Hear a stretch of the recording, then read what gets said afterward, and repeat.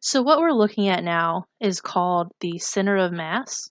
And basically the center of mass is the balance point, and it's going to occur at a coordinate. Um, the coordinate is going to come from multiplying a few things, but you can just think of it as the mass times the distance divided by total mass or divided by total area. Kind of depends on what we're working with. Now, there are a couple different examples that we could do. We can do ones that involve actual coordinates with masses, but either way, we're going to have x bar and a y bar, and these are going to be the coordinates that we're looking for. The way that we're going to find x bar is we're going to find it by looking at the moment, so m sub y is the moment with respect to y, and then divided by total mass. M sub y is the moment with respect to the y-axis. So that's what we're thinking there. It's not necessarily y, but we're talking about the y-axis. For y bar, that's going to be the moment with respect to the x-axis divided by the total mass. So what I'm going to do is I'm going to look at two examples. The first one is going to be 3 coordinates, and then the second one will be second one's going to be a thin plate that we'll figure out. So again, first we'll do actual coordinates, then we'll look at a thin plate. So my first one, where we're looking at actual coordinates, is we're going to have 3 of them. The first one is going to be located at 0, 2, and this is going to be measuring in at 2 grams. My second one is going to be at 3, 1, and this one weighs 4 grams. And my third one is going to be located at 6, 4, and it's going to weigh 8 grams. So what we want to do is think, if these 3 particles are located there, where is the center of their mass? So we need x bar and we need a y bar. Now again, x bar is the moment with respect to the x-axis divided by total mass. Y bar is the moment with respect to the x-axis divided by total mass. All right, so let's start with the moment with respect to the y-axis. So with respect to the y-axis, that's talking about the x-coordinate. So I'm going to do all of my x-coordinates times their weight.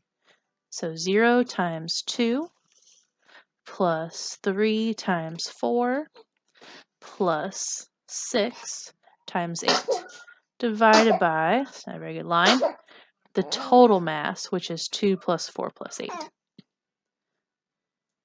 And when I did that, I got 30 over 7. Now for my y bar, I'm looking at the moment with respect to the x-axis. So the distance from the x-axis, that's given by your y-coordinate. So I'll do 2 times 2 plus 1 times 4 plus 4 times 8. Divided by that 2 plus 4 plus 8 again, which gave me 20 over 7. So my center of mass on this one was 30 over 7 and then 20 over 7 for my y-coordinate.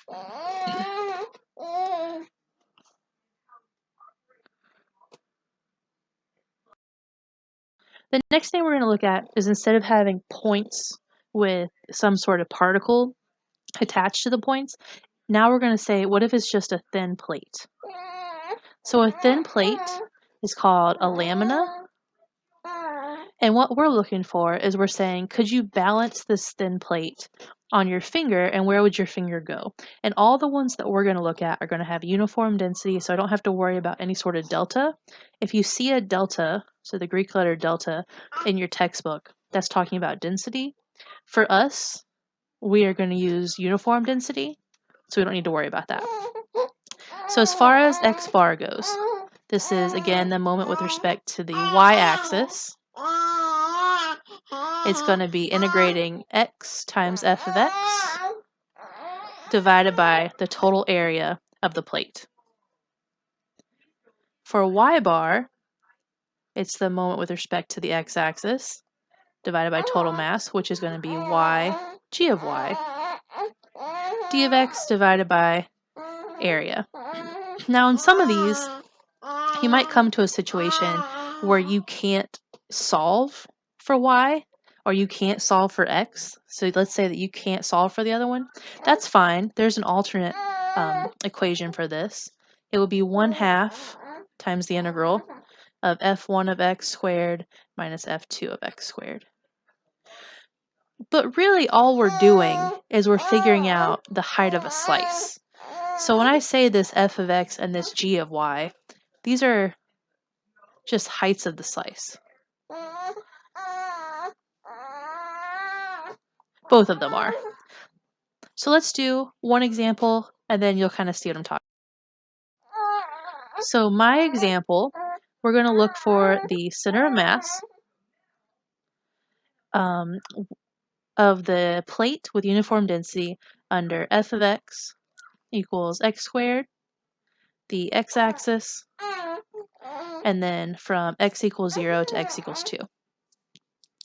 So I'm going to first draw this. This just looks like almost a right triangle. Not quite, but there's my picture. Our goal is x bar and y bar, which means m sub y over m sub x over m. Let's start with finding m, since that appears in both equations. So m is the total area of this plate. So the area is just from 0 to 2 x squared, just the area under that curve. So 0 to 2 of x squared, which if I take the antiderivative, I got 8/3.